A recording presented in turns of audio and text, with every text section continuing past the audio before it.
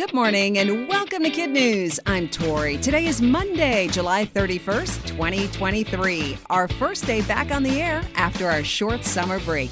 And we begin with a rising high school sophomore from New Jersey making soccer headlines 9,000 miles away and on the biggest stage possible. Casey Fair of Somerset County just became the youngest person, man or woman, to ever play in the World Cup. She was just 16 years and 26 days when she stepped on the field last week for her birth country of South Korea. The Wall Street Journal reports that Casey is part of a youth movement that's exploded in the U.S., which is now helping reshape the game globally. Two slightly older 16-year-olds, Giulia Dragoni of Italy and Sheikha Scott of Costa Rica, have also seen 2023 World Cup action. As one coach put it, the thinking used to be, if you're old enough, you're good enough.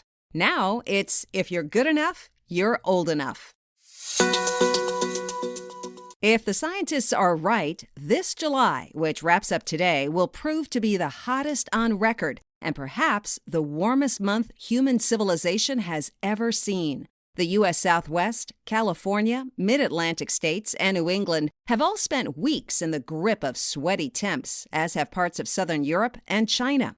At least for those in Phoenix, Arizona, relief may be in sight. With some monsoonal help from Mother Nature, today could be the first day in more than 30 that the city sees a reading below 110. It's been so hot for so long that even some of the region's stately cactuses are collapsing. Researchers put part of the climate change blame on the natural phenomenon known as El Niño, but also point to human causes and say radical action must be taken to reduce what the head of the UN now calls global boiling.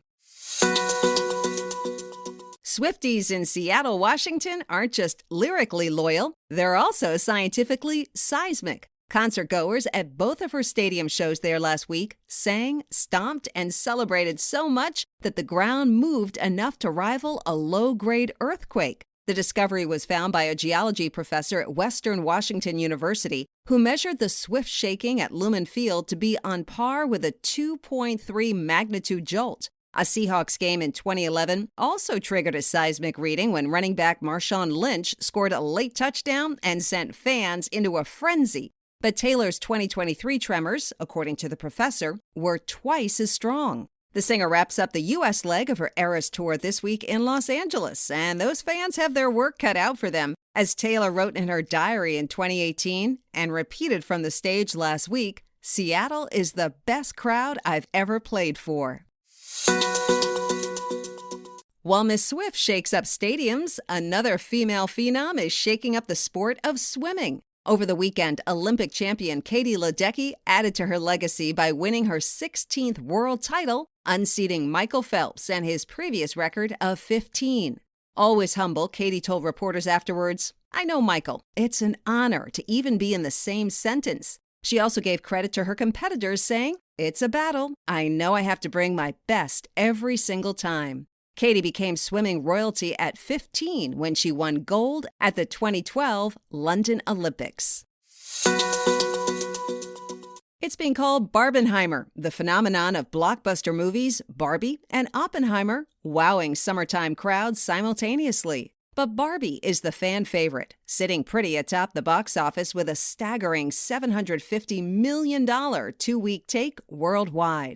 Not so lucky, some of the most anticipated releases on Hollywood's calendar. The double strike by writers and actors has stopped both production and promotion. Sony just pushed back this year's release of its Ghostbusters sequel, as well as Kraven the Hunter, an action thriller about a Marvel comic book character.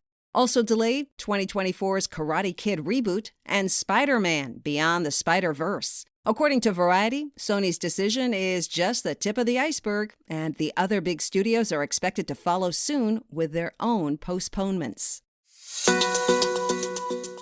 That's it for KidNuz. A quick shout out for two of our listeners, brothers Calvin and James of Oak Park, Illinois, who donate some of their allowance every month to their favorite organizations. And this month, we were it. Calvin and James, our whole team thanks you. Now, today's KidNuz quiz. How old was Casey Fair when she set a record at the Women's World Cup for youngest player ever?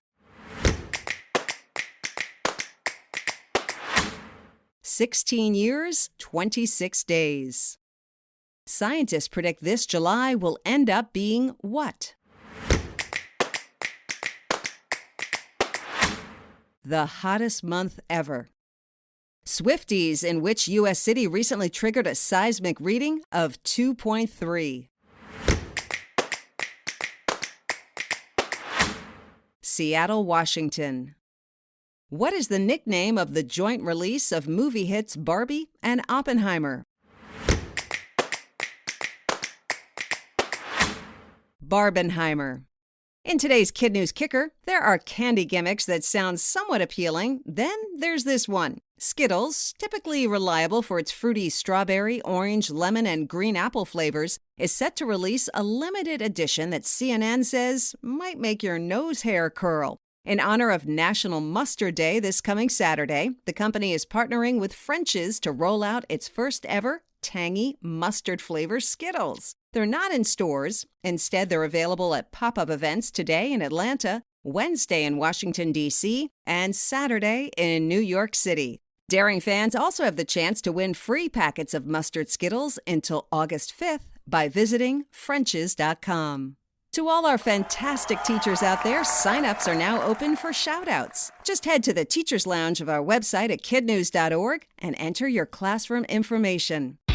Thanks for listening. A reminder that we're now part of the Star Glow Network. More information on that in the weeks ahead. Have a great day. We'll see you back here for more KidNuz tomorrow morning.